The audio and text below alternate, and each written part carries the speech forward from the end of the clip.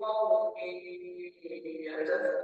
يتفكرون والله يدعو إلى دار السلام ويهدي من يشاء إلى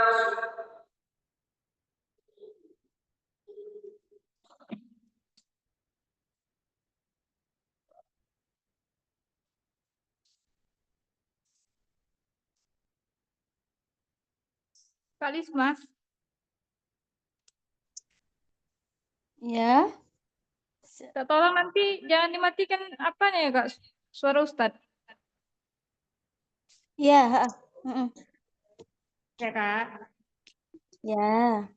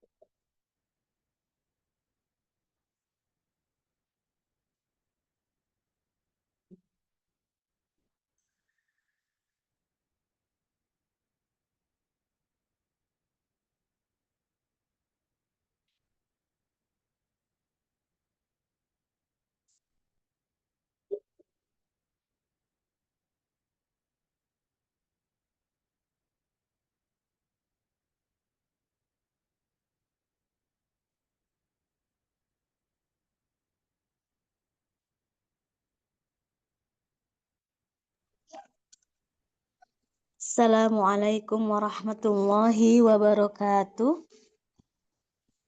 Bismillah. Alhamdulillah. Alhamdulillahilladzi bi ni'matihi tatimmus shalihat. Alhamdulillah hamdan katsiran thayyiban mubarakan fih kama yuhibbu rabbuna wa yarda. Asyhadu an la ilaha illallah wahdahu la syarikalah wa asyhadu anna Muhammadan abduhu wa rasuluh. Allahumma sholli ala Muhammad wa ala alihi wa man tabi'ahum bi ihsani ila yaumiddin. Ahlan wa sahlan Al-Ustadz Abu Muhammad hafizahullahu ta'ala. Ahlan wa sahlan wa marhaban bikunna ahwat wa umahati fillah yang telah hadir di kajian Tauhid siang hari ini. Ahlan wa sahlan wa marhaban bikunna kepada segenap media partner yang sudah hadir di kajian Tauhid siang hari ini. Segala puji dan syukur kita panjatkan kehadirat Allah Subhanahu wa Ta'ala karena berkat karunia nikmat, kesehatan, kemudahan dari Allah sehingga kita bisa melangkahkan kaki kita untuk dapat berkumpul kembali di majelis ilmu yang kita cintai ini. Tak lupa pula sholawat beriring salam kita hadiahkan kepada junjungan kita, suri tauladan kita, manusia paling mulia di muka bumi ini, Nabi kita Muhammad Sallallahu Alaihi Wasallam. Semoga yaumil akhir nanti kita, anak-anak kita, keluarga kita menjadi salah satu umatnya yang mendapat syafaat dari beliau dan berkumpul bersama beliau di surga Firdaus. Amin Allahumma amin. Ya, Ummahatillah, sebelum memulai kajian siang hari ini, izinkan saya selaku MC untuk membacakan tata tertib dalam bermajelis. Ya, tata tertib dalam bermajelis yang pertama, mari kita meluruskan niat dalam menuntut ilmu karena Allah Rabbuna Jalla Jalahu. Yang kedua, mempersiapkan hati serta berdoa kepada Allah agar diberi tauhid untuk mendapat ilmu yang bermanfaat. Yang ketiga, mempersiapkan buku catatan dan pena untuk mencatat faedah ilmu dan nasihat yang akan disampaikan oleh Ustadz. Yang keempat, menjaga adab bermajelis ilmu, mengingatkan kepada ahwat semua untuk mempersiapkan video dan mic agar tidak terbuka selama kajian berlangsung. Yang kelima, thalibah dipersilahkan bertanya melalui chat Zoom. Taib, demikian tata tertib kajian hari ini, mohon untuk semua memperhatikannya. Tamam ya ahwati, pada kajian Tauhid siang hari ini, insya Allah bersama Ustadz Abu Muhammad Hafizahullah Ta'ala yang bertema Akidah Islamiyah. Tapi sebelum memulai, izinkan Ana membaca profil singkat beliau. Abu Muhammad Sihabuddin Al-Asari, alumni Institut Pertanian Yogyakarta dan Ma'had Ilmi Al-Madinah Surakarta, pengajar Pondok Pesantren Salafiyah Khulafaur Rasyidin, pengasuh serial Belajar Tauhid Hijrah APP, penasihat Uniyah Bagan Batu, pembina Yayasan Pendidikan Islam Ar-Raudhah dan Yayasan Riyadul Jannah Al-Islamiyah.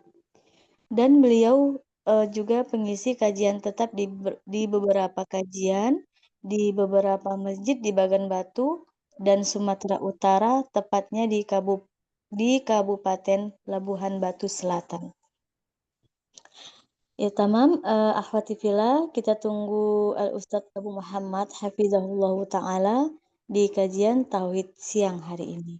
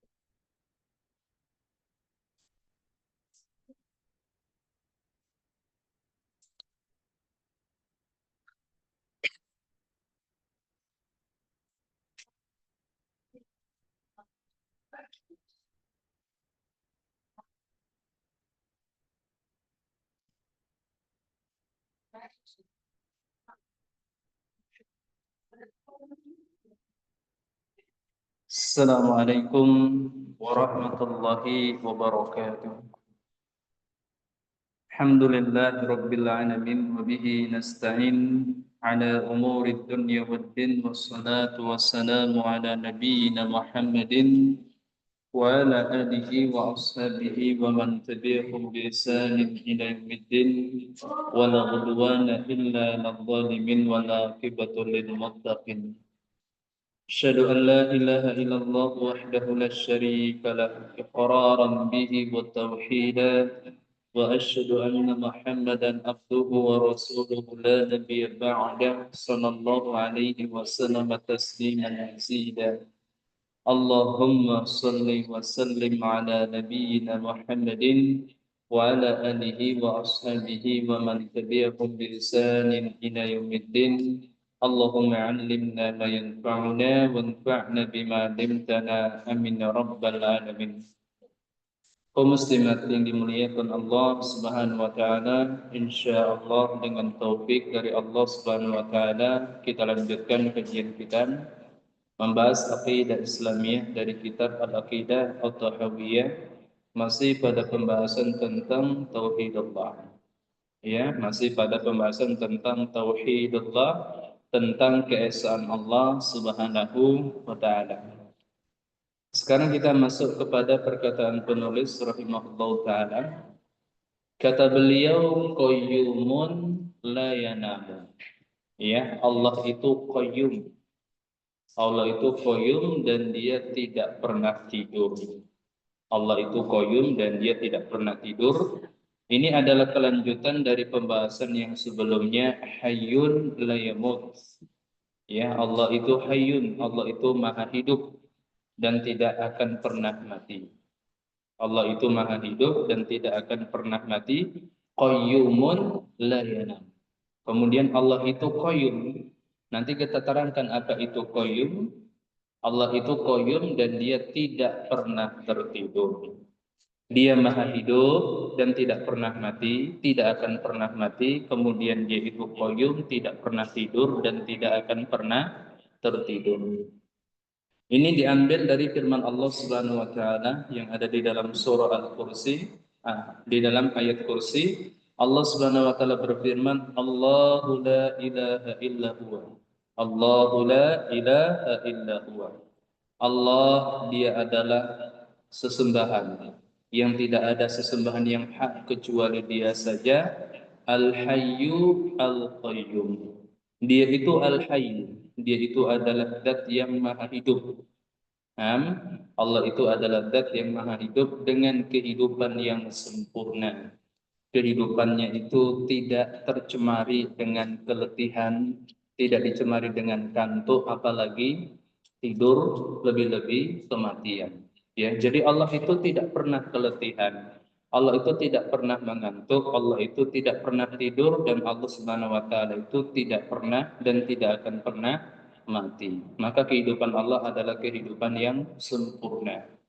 Kehidupan yang sempurna, tidak tercemari. Tidak tercemari, tidak terkotori dengan keletihan, tidak juga dengan kantuk, tidak juga dengan tidur, dan tidak juga dengan kematian. Itu makna dari Al-Hayyu. Zat yang maha hidup dengan kehidupan yang sempurna. Kemudian Allah juga Qayyum. Apa itu Qayyum? Nah, Qayyum itu artinya Al-Qaim bi nafsihi al-muqimu li ghairihi. Ini Bu makna Al-Qayyum. Qayyum itu Allah qaim binafsihi. Allah itu tegak dengan sendirinya. Ya, Allah itu tegak dengan sendirinya.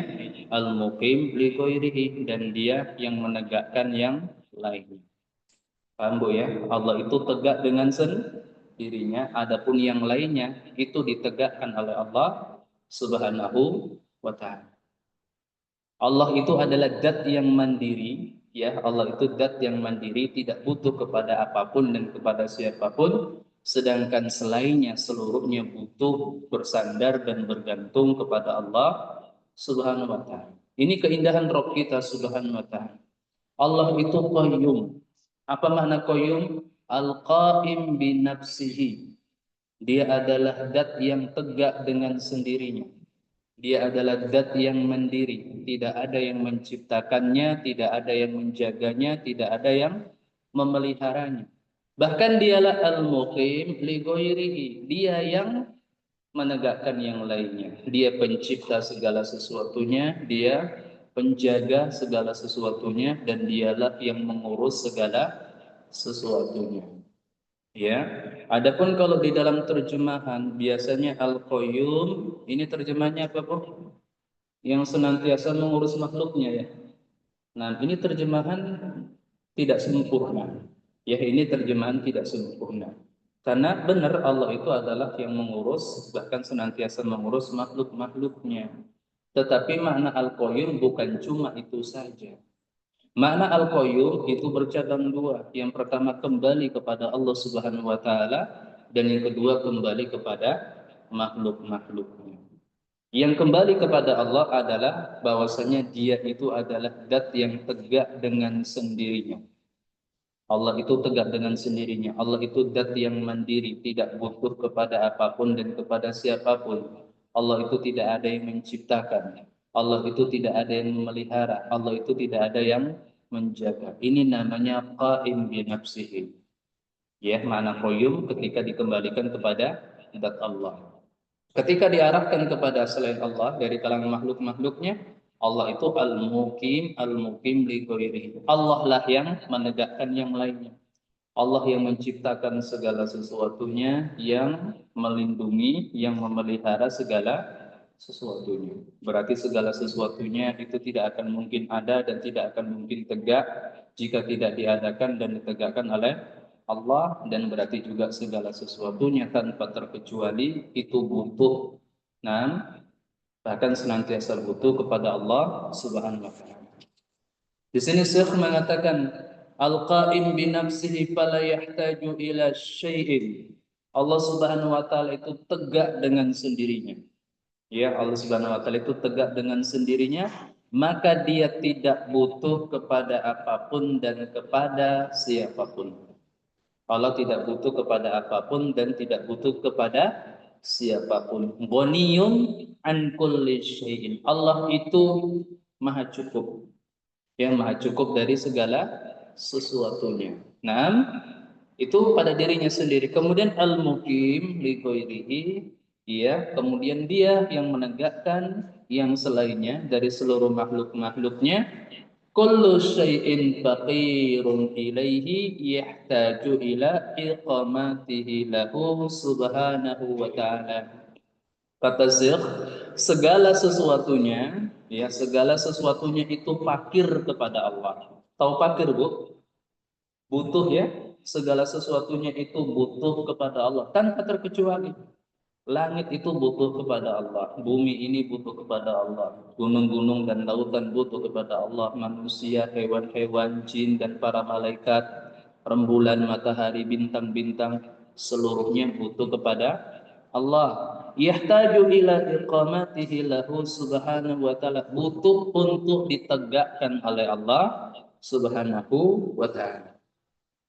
Falaula iqamatullahi lisamawati wal ardi wal makhluqati la tadammarat wa faniyat. Ini Bu, kalaulah bukan karena Allah yang menegakkan langit yang 7, kemudian bumi dan seluruh makhluk, maka seluruh makhluk itu pasti hancur dan binasa. Nah, maka seluruh makhluk itu, ya, mulai dari yang besar-besar seperti langit, bumi, sampai yang kecil, yang tidak terlihat oleh mata, itu kalau tidak ditegakkan oleh Allah, tidak dijaga oleh Allah, tidak dipelihara oleh Allah, pasti hancur dan binasa. Nah, walakinnallaha yuqimuha wa yahfaduha wa yamudduha bima yuslihuha, akan tetapi Allah kemudian menegakkannya, menjaganya, memberikan kecukupan kepadanya dengan segala sesuatu yang dibutuhkannya. Ini Bu, ya, Rabb kita Subhanahu wa taala. Allah menegakkan segala sesuatunya, menjaga segala sesuatunya, memberikan kecukupan kepada segala sesuatunya dengan segala sesuatu yang dibutuhkannya. Termasuk kita. Nah, termasuk kita semua. Kehidupan kita ini Allah lah yang menegakkannya. Kemudian Allah yang menjaga kita. Kemudian Allah yang memberikan kecukupan bagi kita dengan segala sesuatu yang kita butuh kepadanya. Nah, fajami'ul khalqi bihajatin ilaihi. Maka segala sesuatunya tanpa terkecuali itu butuh kepada Allah Subhanahu wa taala. Nah, segala sesuatunya itu butuh kepada Allah Subhanahu wa taala. Di dalam surah Fatir ayat yang ke-41, ya, surah Fatir ayat yang ke-41. Ada yang tahu apa arti dari Fatir, Bu? Fatir itu maknanya Khalik, pencipta, ya, sama dengan Bari. Nah, Fatir itu artinya adalah pencipta. Makanya kalau punya anak jangan diberi nama Fatir, Bu, ya. Enggak boleh itu, Bu. Nah, Allah Subhanahu wa taala berfirman di dalam surah Fatir ayat yang ke-41. Allah mengatakan innallaha yumsikus samawati wal arda alla tazula. Allah lah yang menahan langit dan bumi agar keduanya tidak hancur, tidak lenyap. Jadi Bu, langit itu masih tegak di atas kita, bumi ini masih terhampar di bawah kaki kita karena ditahan oleh Allah Subhanahu wa taala. Kalau Allah tidak menahan langit itu, Bu, tidak menahan bumi ini, langit itu sudah pecah, Bu. Bumi ini sudah terbelah. Nah, bumi ini sudah terbelah. Kalau tidak ditahan oleh Allah Subhanahu wa taala. Lantas bagaimana dengan kita, Bu? Nah, kehidupan kita itu, Bu, kalau tidak dijaga oleh Allah Subhanahu wa taala, ya tidak akan pernah ada. Di sini Allah mengatakan innallaha yumsikus samawati wal arda alla tazula. Sesungguhnya Allah Subhanahu wa taala dia itu menahan langit dan bumi agar keduanya tidak lenyap. Kalau langit itu tidak ditahan oleh Allah pecah runtuh, Bu. Kalau bumi ini tidak ditahan oleh Allah Subhanahu wa taala terbelah hancur. Mata kita ini, Bu, kalau tidak ditahan oleh Allah terpejam ini, Bu. Tubuh-tubuh kita ini, Bu, kalau tidak ditahan oleh Allah, Bu, tumbang, Bu.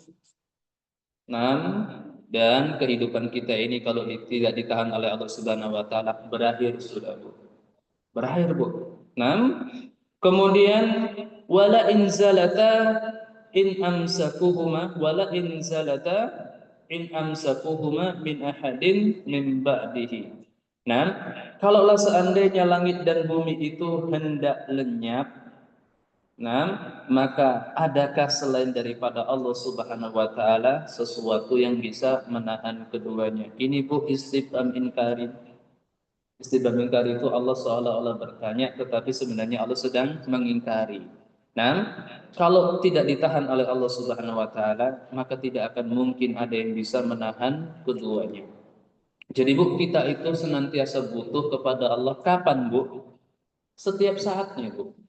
Nah, setiap detiknya kita itu butuh kepada Allah Subhanahu wa taala. Sebagaimana langit dan bumi itu butuh kepada Allah Subhanahu wa taala. Lautan dan gunung-gunung itu butuh kepada Allah Subhanahu wa taala. Nah, begitu juga dengan hewan-hewan seluruhnya itu butuh kepada Allah Subhanahu wa taala. Kalau nikmat Allah itu luput dari seorang hamba sekejap mata saja, pada saat itulah dia binasa.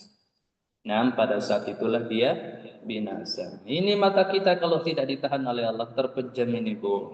Tubuh-tubuh kita ini kalau tidak ditahan oleh Allah tumbang, Bu. akan tumbang, dan kehidupan kita kalau tidak ditahan oleh Allah berakhir pada saat itu juga.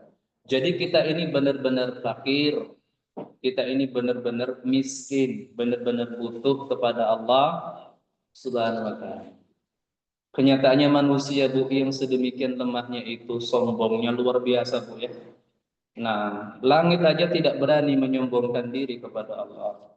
Bumi saja tidak berani menyombongkan diri kepada Allah. Malaikat-malaikat saja tidak berani menyombongkan diri kepada Allah. Kemudian ada makhluk yang namanya manusia yang sedemikian lemahnya, lemah fisiknya, lemah akalnya, dan seluruhnya. Mereka itu sombong. Mereka itu lahir dari bumi, hidup di bumi, tapi sifatnya langit, Bu. Ya, mereka hidup di bumi, tapi sifatnya sifat langit, sifatnya tinggi sekali. Nah, jadi kita ini adalah makhluk yang sangat-sangat rentan terhadap kehancuran. Seandainya kita ini tidak dijaga oleh Allah Subhanahu wa taala. Bagaimana tidak kita yang sekecil ini dan selemah ini? Langit saja sekejap saja tidak dijaga, tidak ditahan oleh Allah Subhanahu wa taala, pecah runtuh, hancur lebur. Nah, maka dari sinilah ya, mudah-mudahan kita bisa menjadi hamba-hamba Allah yang lebih pandai bersyukur. Nah, yang lebih pandai bersyukur. Kita sudah mendapat nikmat sedemikian banyaknya dari Allah, tapi kita kadang kurang pandai mensyukurinya. Kemudian ditimpa sedikit musibah, keluh kesahnya luar biasa. Ya, Bu, ya. Nah, padahal nikmat Allah Subhanahu wa taala itu sekejap mata pun tidak pernah terputus dari kita. Nah, kita lanjut, Bu, ya, selesai Al-Qayyum. Karenanya, Bu, Al-Qayyum ini termasuk bagian dari Asma Allahil A'zam. Nama-nama Allah yang paling agung. Nah, nama Allah itu, Bu, seluruhnya azim. Ya, nama Allah Subhanahu wa taala itu seluruhnya azim, seluruhnya agung. Tetapi di antara nama-nama Allah Subhanahu wa taala tersebut ada yang a'zam, ada yang lebih agung dibandingkan nama-nama yang lain. Di antaranya adalah nama Allah Al-Qayyum, sebagaimana namanya Al-Hayyu. Dengan kedua nama inilah kita meminta pertolongan Allah agar kita itu dijaga, dipelihara oleh Allah Subhanahu wa taala. Disyariatkan bagi kita, dianjurkan bagi kita untuk meminta pemeliharaan Allah Subhanahu wa taala, meminta penjagaan Allah Subhanahu wa taala minimal 2 kali dalam sehari dan semalamnya, setiap pagi dan petangnya. Kita panggil Allah, ya Hayyu ya Qayyum bi rahmatika astaghiitsu. Wahai Zat yang maha hidup dengan kehidupan yang sempurna, wahai Zat yang tegak dengan sendirinya dan yang menegakkan segala sesuatunya, bi rahmatika astaghiitsu, dengan sebab keluasan rahmatmu aku beristighasah kepadamu, aku meminta pertolongan kepadamu. Aslih li sya'ni kullah, perbaikilah seluruh urusan. Ya, perbaikilah seluruh urusanku, urusan dunia iya, urusan agama juga. Atau jadikanlah baik seluruh urusanku, wala takilni ila nafsi tarfata ain. Jangan engkau serahkan aku, jangan engkau sandarkan aku, jangan engkau gantungkan aku kepada diriku sendiri, meski hanya sekejap mata saja. Ya, minimalnya pagi dan petang. Iya, doa ini kita panjatkan kepada Allah Subhanahu wa taala. Kalau diperbanyak, la ba'sa, tidak mengapa, itu kebaikan. Terlebih-lebih kalau kita merasa urusan kita itu berantakan.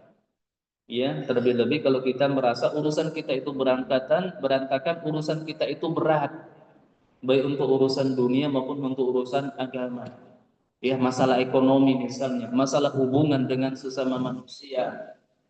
Kemudian lebih-lebih masalah agama, masalah ilmu dan amal, ada yang tidak beres sepertinya, ada yang berantakan di sana. Kita minta, ya, kita minta pemeliharaan, penjagaan dan perbaikan dari Allah Subhanahu wa taala. Nah, kita lanjut, Bu, yang berikutnya beliau mengatakan masih tentang tauhidullah, keesaan Allah.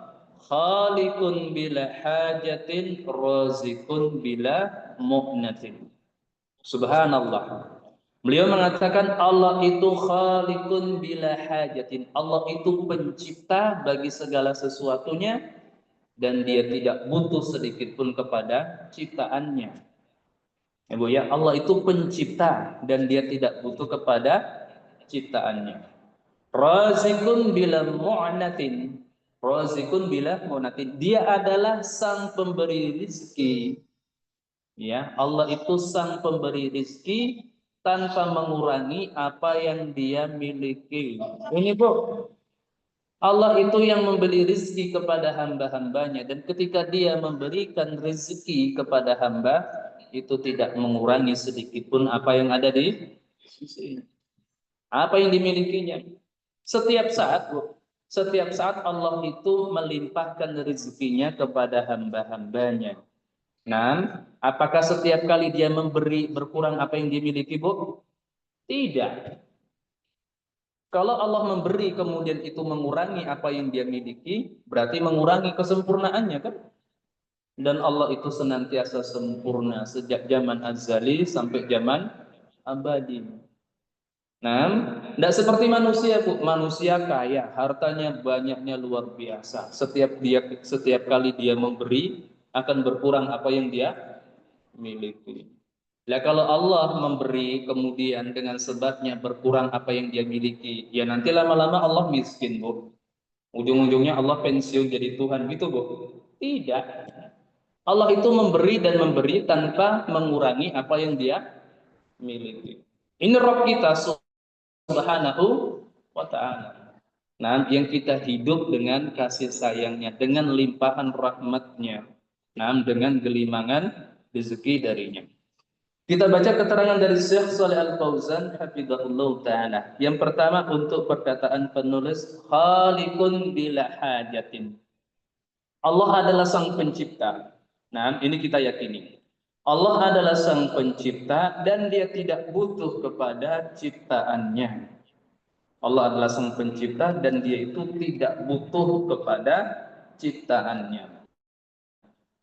Huwa alladhi khalaqal khalqa wa huwa laysa bihajatin ilaihi. Dialah Allah Subhanahu wa taala, ya, dialah Allah Subhanahu wa taala pencipta seluruh makhluk. Pencipta seluruh makhluk dalam keadaan dia tidak butuh sedikit pun kepada mereka, kepada makhluk-makhluknya. Allah tidak butuh apapun, sedikit pun, ya, dari kita dan dari makhluk-makhluknya yang lainnya. Allah tidak butuh kepada langit, bumi, matahari, rembulan, dan tidak juga kepada apapun. Innama khalaqahum li'ibadati, bahkan Allah Subhanahu wa taala menciptakan makhluk-makhluknya itu semata-mata agar makhluk-makhluk ini beribadah kepadanya. Ya, bahkan Allah Subhanahu wa taala menciptakan makhluk-makhluknya seluruhnya, yang di langit, yang di bumi, yang bernyawa, yang tidak bernyawa, yang nyata dan yang gaib, yang besar dan yang kecil.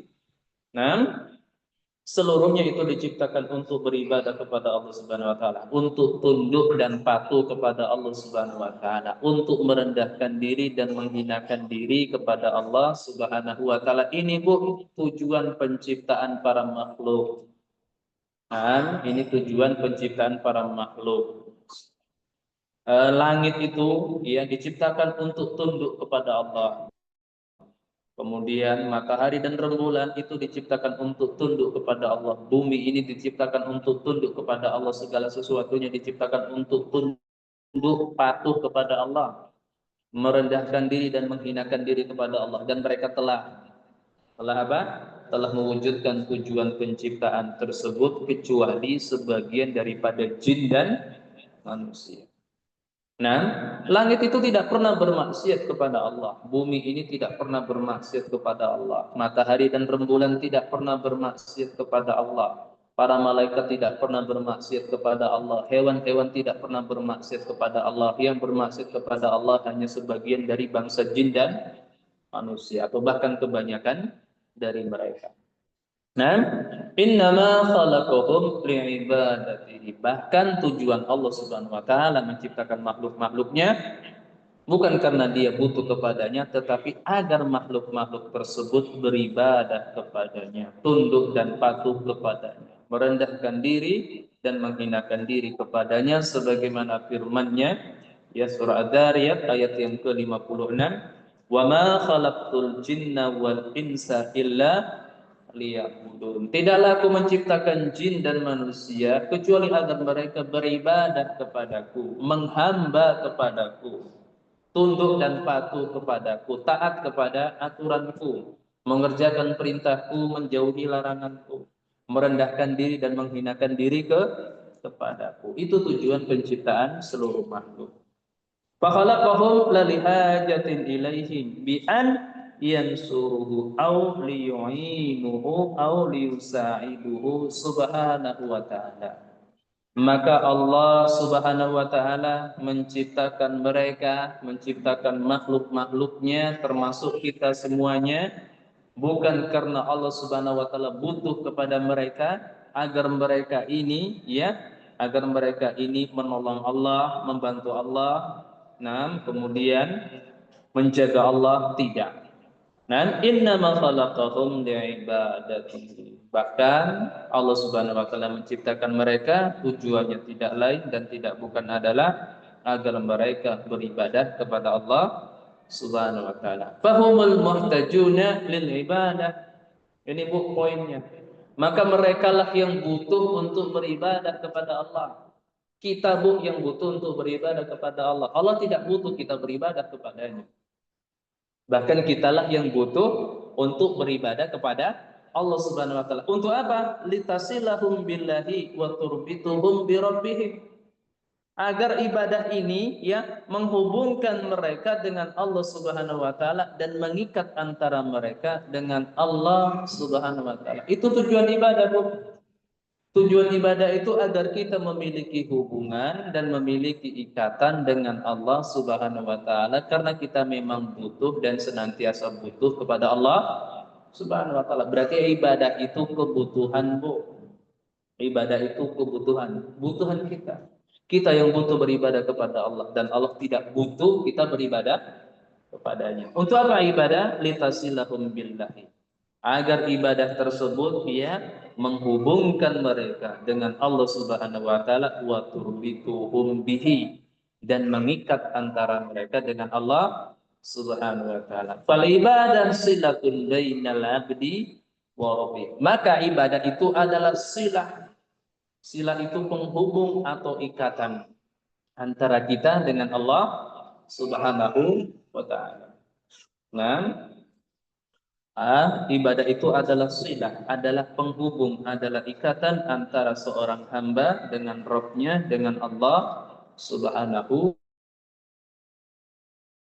Nah, kemudian fatuqarribuhu minallah, di mana ibadah inilah yang akan mendekatkan seorang hamba kepada Allah Subhanahu wa taala.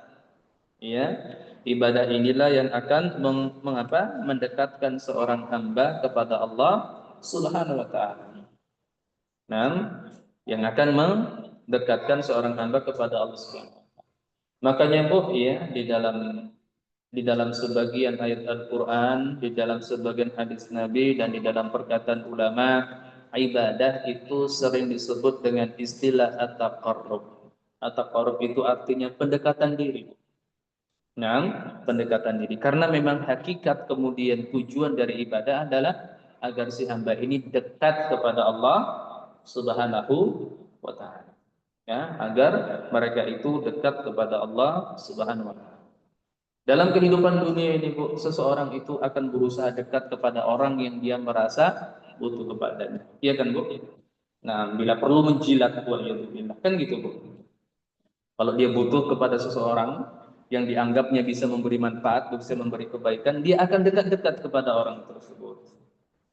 Bila perlu dengan cara menjilat sekalipun. Tetapi mereka itu lupa mendekatkan diri kepada zat yang memang mereka itu butuh kepadanya. Dan yang satu-satunya yang bisa memenuhi seluruh kebutuhan mereka. Siapa? Allah Subhanahu wa ta'ala.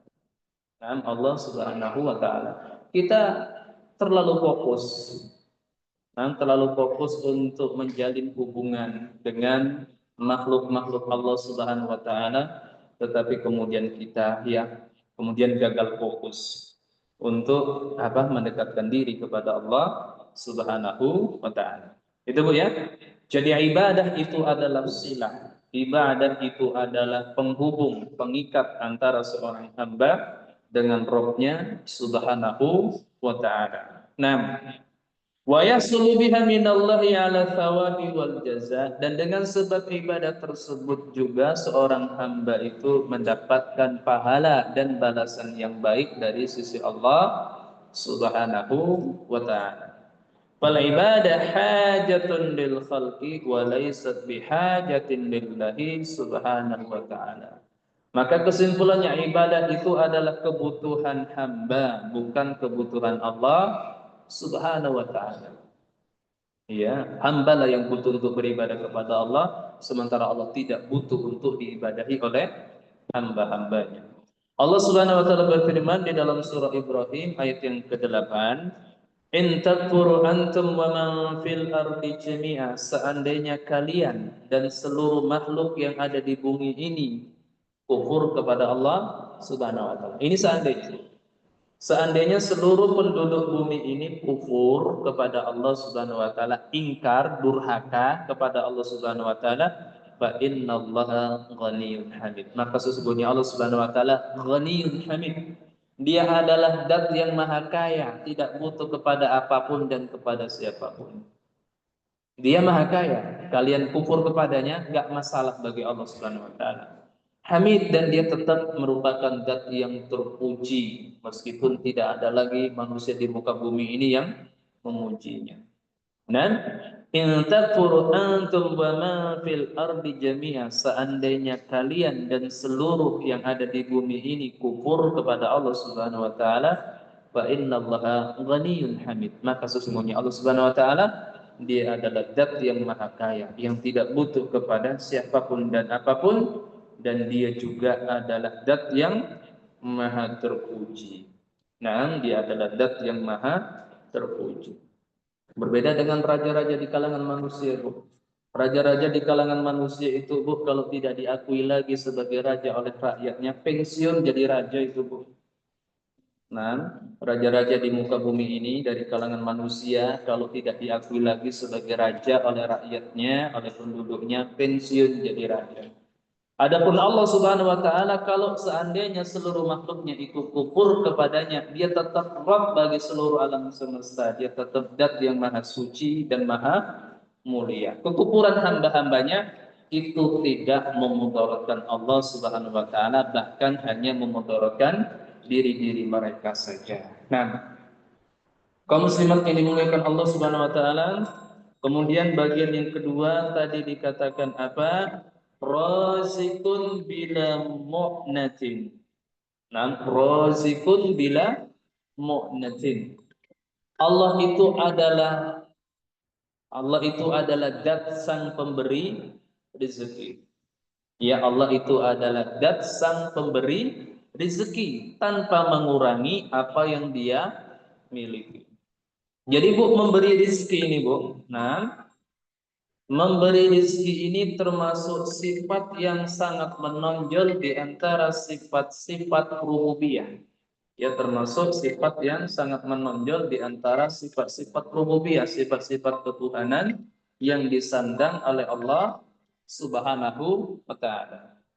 Nah, makanya dia sering disebut-sebut di dalam pembahasan tauhid ar-rububiyah, tauhid ketuhanan. Dikatakan Allah adalah sang pemberi rezeki. Nah, Allah Subhanahu wa taala itu sang pemberi rezeki. Setiap saatnya dia memberikan rezekinya kepada hamba-hambanya. Tetapi manusia itu, Bu, karena lemahnya akalnya, nah, mereka itu kebanyakannya mengecilkan rezeki dari Allah Subhanahu wa taala. Di mana mereka itu membatasi rezeki hanya berupa harta benda saja. Ya, mereka itu membatasi rezeki hanya berupa harta benda saja. Bahkan ada yang membatasi rezeki hanya berupa gaji saja, Bu, atau pendapatan saja. Ini kufur manusia. Rezeki Allah bukan cuma masalah pendapatan, masalah gaji, nah, masalah keuntungan perdagangan, bukan cuma itu. Kita memiliki penglihatan, kita memiliki pendengaran, kita memiliki kesehatan, hidup di negeri yang aman, bisa belajar agama Allah, bisa mengamalkan agama Allah. Ini nikmat, ini rezeki dari Allah Subhanahu wa taala. Jangan kecilkan nikmat-nikmat Allah Subhanahu wa taala. Terkadang ada ungkapan di kalangan manusia ketika ada kesulitan pada ekonominya, dia mengatakan bahwasanya rezekinya itu sedang disempitkan oleh Allah Subhanahu wa taala. Ini kufur, Bu, ya. Yang seperti ini termasuk kekufuran. Dan rezeki Allah itu banyak, Bu. Tarikan napas kita itu, Bu, satu persatunya itu rezeki dari Allah. Kemudian gerakan jantung kita itu, ya, detakan jantung kita itu satu persatunya juga rezeki dari Allah. Peredaran darah kita di dalam tubuh kita itu adalah rezeki dari Allah. Rezeki Allah itu sedemikian banyaknya. Dan beberapa waktu yang lalu, ya, untuk kajian kitab yang sama di simpang kanan, selesai kajian ada yang bertanya, apa Ustaz mau tanya? Apa itu, Pak? Apakah kata-kata apakah kata-kata kami perintis bukan pewaris itu ada unsur kekufurannya, Ustaz? Anak tanya, antum baca di mana sih, Pak? Di apa ya? Kayaknya antum bacanya dari apa ya? Dari truk, ya. Nah, di truk itu kadang-kadang ada seperti itu. Nah, kami ini perintis bukan waris. Anak bilang, iya Pak, itu kufur nikmat itu.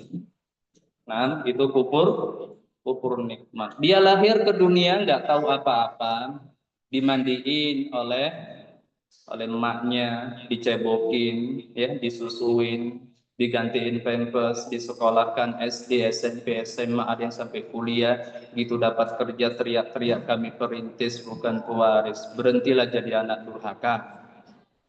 La haula wala quwata illa billah.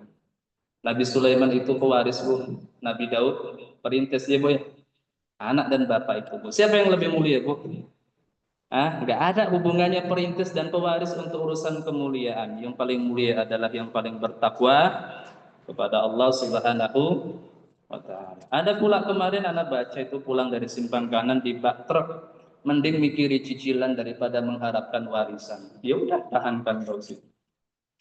Nah, cicilan dari bank pula itu, Bu, haram itu, Bu, riba. Kalau warisan halal atau haram, Bu? Halal. Warisan itu kan memang harta kita, kan, Bu.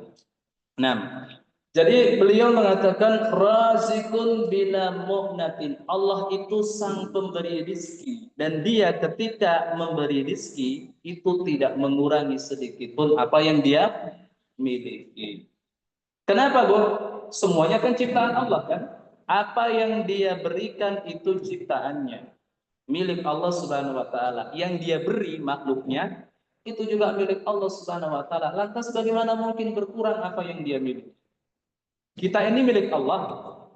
Rezeki yang Allah berikan kepada kita juga milik Allah. Kita dan rezeki kita itu seluruhnya adalah milik Allah. Lantas bagaimana mungkin berkurang apa yang ada di sisi Allah Subhanahu wa taala? Nah, nikmat perbendaharaan Allah, ya, Bu, ya. Perbendaharaan Allah, kekayaan Allah itu tidak pernah berkurang sedikit pun. Kekayaan Allah Subhanahu wa taala itu tidak pernah berkurang sedikit pun. Razikun bila mu'natin. Dia yang memberi rezeki tanpa mengurangi apa yang dia miliki. Ai huwa al-qa'im bi arzaqi ibadihi. Maksudnya dialah yang menegakkan urusan rezeki dari hamba-hambanya. Dialah yang menegakkan urusan dari rezeki seluruh hamba-hambanya. Wala yang dzalika mimma indahu, dan itu tanpa mengurangi apa yang ada di sisinya, tanpa mengurangi perbendaharaannya, tanpa mengurangi kekayaannya. Nah, kita lanjut, Bu. Berikutnya mumitun bila makhafatin. Mumitun bila makhafatin. Allah juga yang mematikan. Allah juga yang mematikan bukan karena dia takut. Bukan karena dia takut dari apa yang dimatikannya. Ai mumitul ahya idza kamulat ajaluhum. Maksudnya Allah lah yang mematikan segala sesuatu yang hidup, segala sesuatu yang bernyawa apabila telah sempurna ajalnya. Ya Bu ya, Allah yang mematikan semua yang bernyawa. Allah yang mematikan semua yang bernyawa. Kapan Bu? Idza kamulat ajaluhum, apabila telah sempurna ajalnya. Ajal itu apa sih Bu? Apa makna ajal? Ajal itu batas waktu artinya Bu. Nah, ajal itu artinya batas waktu. Ketika dikatakan si fulan telah sampai ajalnya atau telah datang ajalnya, berarti telah sampai atau telah datang batas waktunya. Nah, telah sampai batas waktunya. Jadi kematian itu Bu sebabnya ya karena sampainya ajal, sempurnanya ajal seseorang. Bukan karena penyakit, bukan karena pembunuhan, bukan karena bencana alam dan apapun. Itu cuma wasilah saja yang menghantarkannya pada kematian. Hakikat ya dari kematian, hakikat penyebab kematian adalah telah sampai ajal, telah sampai batas waktu yang telah ditetapkan oleh Allah Subhanahu wa ta'ala. Maka para ulama mengatakan yang namanya al-maut la yaqbalu taqdim wa la yaqbalu ta'khir. Kematian itu tidak bisa dimajukan dan juga tidak bisa diundur. Kematian itu harga pas, Bu. Nah, kematian itu harga pas. La yaqbalu ta'khir wa la yaqbalu taqdim. Kematian itu tidak mengenal tidak bisa dimajukan dan juga tidak bisa ditunda. Yang terkait dengan kematian itu ada tiga Bu ya. Yang terkait dengan kematian itu ada tiga. Yang pertama kapan, yang kedua di mana, dan yang ketiga apa Bu? Kematian itu kaitannya dengan tiga hal. Yang pertama kapan, yang kedua di mana, dan yang ketiga apa Bu? Kematian itu kaitannya dengan tiga hal. Kapan matinya maksudnya. Kemudian yang kedua di mana matinya. Yang satu lagi apa Bu? Bagaimananya kan? Nah, yang menjadi PR kita yang mana? Yang bagaimananya, kapan dan di mananya itu kita tidak ikut campur. Itu hak prerogatifnya Allah Subhanahu wa ta'ala. Allah akan mengantarkan kita kepada tempat di mana kita ditakdirkan meninggal dunia persis pada waktunya. Waktunya tidak ditunda dan tidak dipercepat, kemudian tempatnya juga tidak digeser. Yang menjadi PR bagi kita adalah bagaimananya, karena manusia itu dia wafatkan oleh Allah Subhanahu wa taala dengan dua cara saja, husnul khatimah dan su'ul khatimah. Akhir penghidupan yang baik dan akhir penghidupan yang dan kualitas hidup manusia itu akan ditampakkan oleh Allah Subhanahu wa taala pada saat kematiannya. Nah, pada saat kematiannya. Nabi sallallahu alaihi wasallam bersabda, "Innamal a'mal" gimana Bu? "Innamal a'mal" lanjutkan Bu. "Innamal a'mal" enggak ada yang berani lanjutin. Binniyah. Binniyah. Nah, barakallahu fiik. Yang lain? Bukan yang itu. Innamal a'mal bil khawatim. Sesungguhnya setiap amalan itu nilainya bergantung bagaimana keadaan akhirnya. Tuh ya. Innamal a'mal bil khawatim. Sesungguhnya nilai setiap amalan, seluruh amalan itu tergantung bagaimana keadaan akhirnya. Paham Bu? Jadi amalan itu nilainya dilihat bagaimana endingnya, bagaimana akhirnya, bagaimana kesudahannya, bukan awalnya, bukan pertengahannya. Awal dan pertengahannya wajib bagus, betul. Tapi sampai akhir juga harus tetap bagus. Kalau awalnya saja yang bagus, pertengahannya rusak, akhirnya rusak, ya rusak semuanya. Awalnya bagus, pertengahannya bagus, kemudian ujungnya rusak, itu juga dianggap rusak seluruhnya. Contoh konkretnya begini Bu. Contoh konkretnya ada seseorang yang sholat, ya, sholat duhur misalnya, sholat duhur 4 rakaat, masya Allah, khusyuk sholatnya, sholatnya sangat-sangat khusyuk. Tetapi sesaat sebelum salam dia kemudian berhadas. Berapa rakaat yang batal Bu? Berapa rakaat yang batal, Bu? 1 rakaat atau 4 rakaat? Batal semua? Iya, batal semua. Nah, kenapa? Li'anal a'mal bil khawatim. Ya, amalan itu nilainya dilihat dari endingnya, akhirnya, kesudahan. Contohnya lagi, ada seorang wanita puasa hari Kamis misalnya. Nah, dia jauhi pembatal-pembatal puasa, ya, dia jauhi pembatal-pembatal puasa, makan, minum, jima dan lain sebagainya. Kemudian dia juga menjauhi pembatal-pembatal pahala puasa, ghibah, dosa dan yang lainnya. Tetapi 3 menit sebelum matahari tenggelam dia haid atau nifas. Berapa jam puasanya yang batal, Bu? Semuanya. Li'anal a'mal bil khawatim. Karena nilai setiap amalan, seluruh amalan itu bergantung bagaimana akhirnya. Begitu juga kehidupan manusia. Begitu juga kehidupan manusia. Itu dilihat bagaimana akhirnya. Dilihat bagaimana akhirnya. Siapa saja yang diwafatkan oleh Allah Subhanahu wa taala di dalam salah satu cabang di antara cabang-cabang husnul khatimah, berarti dia orang yang baik. Berarti dia orang yang baik. Dan siapa saja wa'iyadzubillah yang diwafatkan oleh Allah Subhanahu wa taala pada salah satu cabang di antara cabang-cabang husnul khatimah, berarti dia orang yang buruk. Nah, ada seorang sahabat Nabi yang bernama Al-Miqdad Al-Aswad radhiyallahu anhu. Beliau pernah berkata, kepada orang-orang yang ada di majelisnya. Beliau mengatakan, la aqulu li rajulin khairan wa la syarran qattu. Hatta andura kaifa yuhtamu lahu. Kata beliau, aku tidak pernah memvonis. Aku tidak pernah memvonis seseorang itu baik atau buruk secara pasti. Ya, sampai jelas bagiku bagaimana kehidupannya ditutup oleh Allah Subhanahu wa taala. Sampai mataku ini melihat sendiri bagaimana dia diwafatkan oleh Allah Subhanahu wa taala dengan su'ul khatimah atau dengan husnul khatimah. Wa aqulu hadza ba'da syai'in sami'tuhu minan nabi sallallahu alaihi wasallam. Beliau mengatakan, dan aku berucap seperti ini, aku berkata seperti ini bukan ide pribadiku. Ya, ini bukan ide pribadiku, ini bukan dari kantong pribadiku. Tetapi karena aku pernah mendengar sesuatu dari Rasulullah sallallahu alaihi wasallam. Qalu wa masami'tahu minan nabi sallallahu alaihi wasallam. Kemudian orang-orang bertanya, memangnya apa yang pernah engkau dengar dari Nabi sallallahu alaihi wasallam? Beliau mengatakan sami'tun nabiyya sallallahu alaihi wasallam yaqul, aku pernah mendengar Rasulullah sallallahu alaihi wasallam bersabda. Apa kata beliau?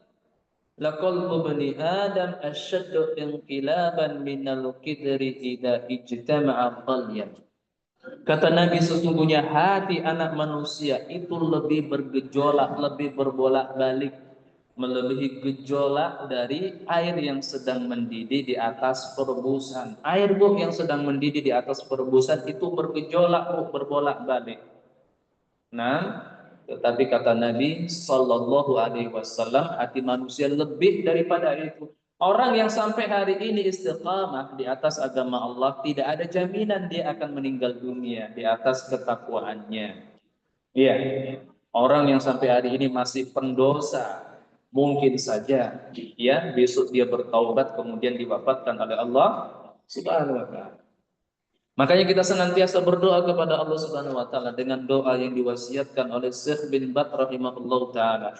Allahumma inni as'aluka husnal khatimah. Ya Allah, sesungguhnya aku meminta kepadamu husnul khatimah. Allahumma rzuqni taubatan nasuhatan qablal maut. Ya Allah, rezekikanlah kepadaku, anugerahkanlah kepadaku taubat nasuhah sebelum kematianku. Allahumma muqallibal qulub tsabbit qalbi ala dinik. Ya Allah, Zat yang Maha membolak-balikkan hati, tetapkan hatiku, kokohkan hatiku di atas agama. Nah, kita ulang Bu ya. Mumitun bila makhafatin. Allah itu adalah yang mematikan, bukan karena dia takut kepada apa yang dimatikannya. Ai mumitul ahya idza kamulat ajaluhum. Maksudnya adalah Allah lah yang mematikan setiap yang hidup, setiap yang bernyawa apabila telah sempurna ajalnya, telah sampai batas waktunya. La li'annahu khaifun minhum, bukan karena Allah takut kepada mereka. Allah mematikannya bukan karena Allah takut kepada mereka, walakin dzalika li hikmatihi subhanahu wa ta'ala. Bahkan Allah mematikan apa yang dia kehendaki untuk dimatikannya itu untuk hikmah yang dikehendakinya. Untuk hikmah yang dikehendaki oleh Allah subhanahu wa ta'ala. Li'annal haya fid dunya laha nihayah. Ini Bu. Karena kehidupan dunia itu ada nihayahnya, ada kesudahannya, ada akhirnya. Hidup di dunia bukan untuk selamanya. Itu kita pahami. Bahkan dunia ini saja pun bukan untuk selamanya. Dan orang-orang sekarang itu Masya Allah yang fasih lidahnya mengatakan akhirat dunia sementara, akhirat selamanya. Nah, li'anal hayat fid dunya laha nihayah. Karena kehidupan dunia itu memiliki nihayah, memiliki kesudahan, memiliki akhir.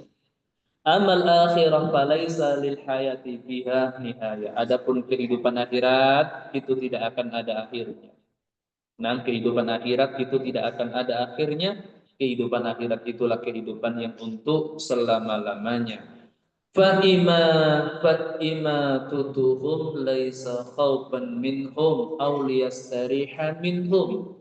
Maka Allah mematikan hamba-hambanya yang telah sampai ajalnya, ya Bu ya. Allah Subhanahu wa taala mematikan hamba-hambanya yang sudah sampai ajalnya bukan karena Allah takut kepada mereka dan bukan agar Allah bisa istirahat dari mereka. Paham maknanya Bu? Bukan karena Allah bisa istirahat dari mereka, maknanya apa Bu? Bukan agar Allah tidak direpotkan oleh mereka. Allah mematikan mereka bukan karena Allah kerepotan mengurusi mereka. Tidak ada repotnya sedikit pun bagi Allah mengurus seluruh makhluknya.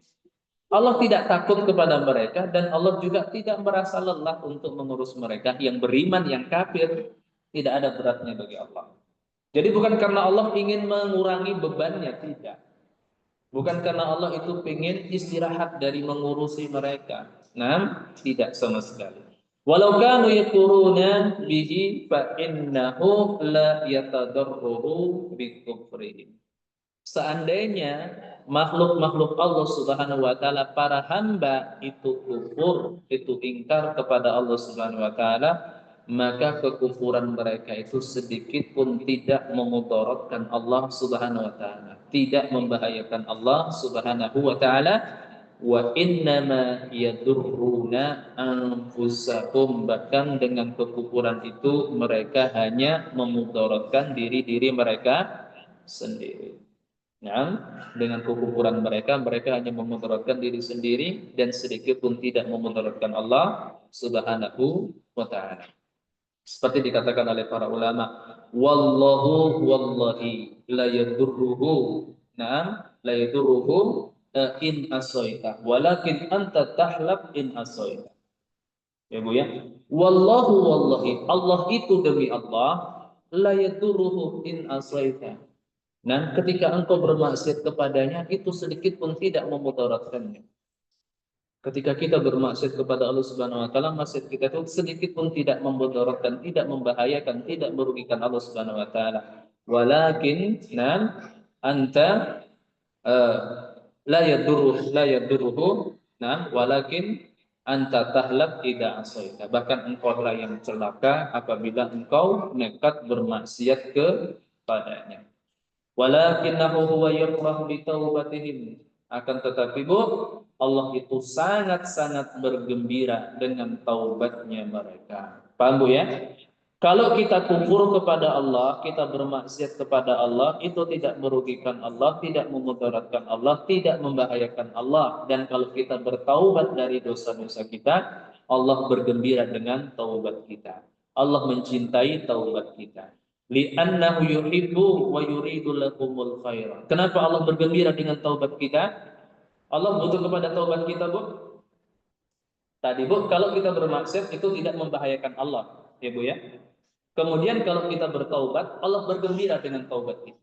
Apakah Allah mengambil manfaat dengan taubat kita, Bu? Apakah Allah itu mendapatkan keuntungan kalau kita bertaubat? Tidak. Terus kenapa Allah bergembira dengan taubat hambanya? Kenapa Allah bergembira dengan taubat hambanya kalau taubat hambanya itu tidak memberi manfaat apapun untuknya? Sebagaimana maksiat mereka itu tidak memberi mudarat apapun untuknya. Kenapa, Bu, Allah bergembira dengan taubat hamba-hambanya? Li'annahu yuhibbu wa yuridu lahumul khair. Karena Allah itu mencintai dan menghendaki kebaikan bagi mereka. Taubat itu akan menjadi sebab kebaikan bagi mereka, dan Allah menghendaki kebaikan untuk mereka. Allah mencintai kebaikan untuk mereka. Bahwa yafrah bi taubatihim wa huwa laisa bihajati ilaihim. Allah itu bergembira dengan taubatnya mereka, padahal Allah tidak butuh kepada mereka dan tidak pula kepada taubat mereka. Innama dzalika li lutfihi wa ihsanihi. Bahkan itu semua semata-mata karena kelemah lembutan Allah Subhanahu wa taala dan juga karena kedermawanan Allah Subhanahu wa taala. Nah, kaum muslimat yang dimuliakan Allah Subhanahu wa taala, kita cukupkan kajian kita kali ini sampai di sini. Insyaallah kita lanjutkan pada pertemuan yang akan datang. Nah, kalau ada yang ditanyakan, dipersilakan.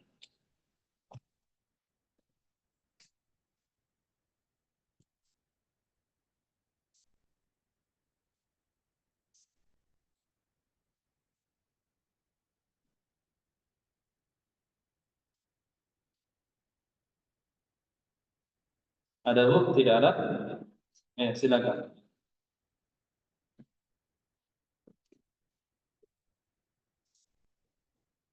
Waalaikumsalam warahmatullahi wabarakatuh.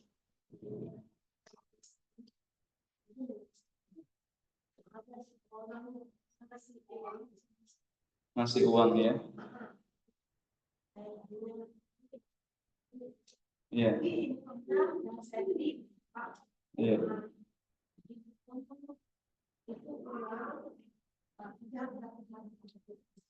Iya.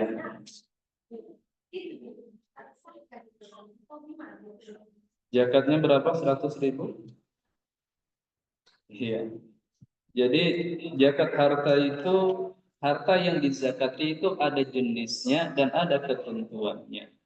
Ketentuannya dia mencapai nisab dan mencapai haul. Enggak semua harta itu wajib dizakati. Yang wajib dizakati contohnya emas. Kapan dia dizakati? Kalau sudah mencapai nisab. Nisab itu batas minimal. Batas minimalnya 20 dinar. 20 dinar itu 85 gram. Zakatnya berapa? Zakatnya 1/20 atau 2,5%. Iya, begitu juga dengan zakat harta perniagaan, kemudian zakat tabungan berupa uang.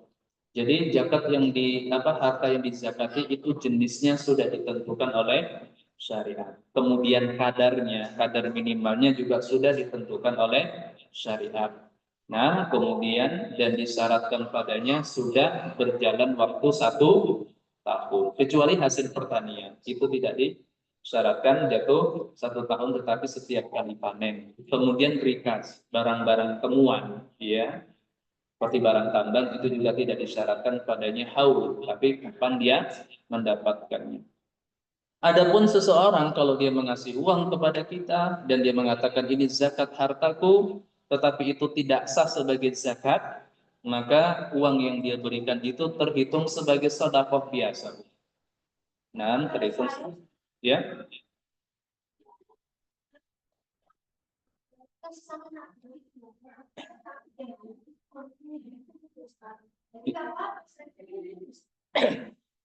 Ibu diberi statusnya sebagai apa?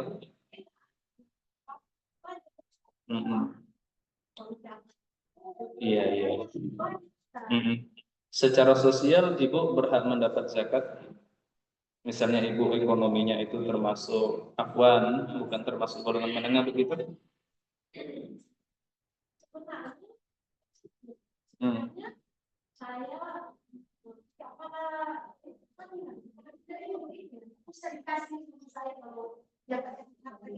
Iya. Ah, iya, itu kalau tidak sah sebagai zakat, dia terhitung sebagai sedekah biasa. Seperti orang yang misalnya membayar zakat fitrah tapi sudah selesai sholat Aid, itu dapat pahala tidak? Dapat. Sebagai apa? Sedekah biasa dan tidak terhitung sebagai zakat fitrah. Atau seseorang berkurban dengan seekor kambing, qadarullah kambingnya cacat. Itu tidak sah sebagai kurban, tetapi dia tetap sah sebagai sedekah. Nah, iya, doakan saja yang memberi itu, ya, diberi kebaikan oleh Allah. Adapun kalau itu beneran zakat atau tidak, kita tidak bisa memastikan. Kalau zakat harta, harta yang mana kita kan tidak tahu. Nah, kemudian kalau penyalurannya, kalau zakat harta itu penyalurannya itu ada ke 8 asnaf, 8 golongan manusia. Ada fakir, ada miskin, ada amil, ada ibnu sabil, kemudian ada apa? Ada gharim dan lain sebagainya. Jadi ya sepertinya itu hanya terhitung sebagai sedekah biasa, itu tidak sah sebagai zakat, tapi itu tetap menjadi kebaikan baginya.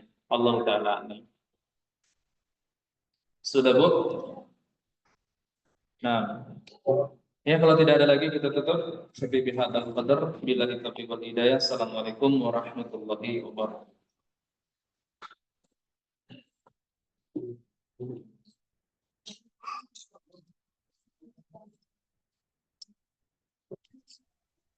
Waalaikumsalam warahmatullahi wabarakatuh.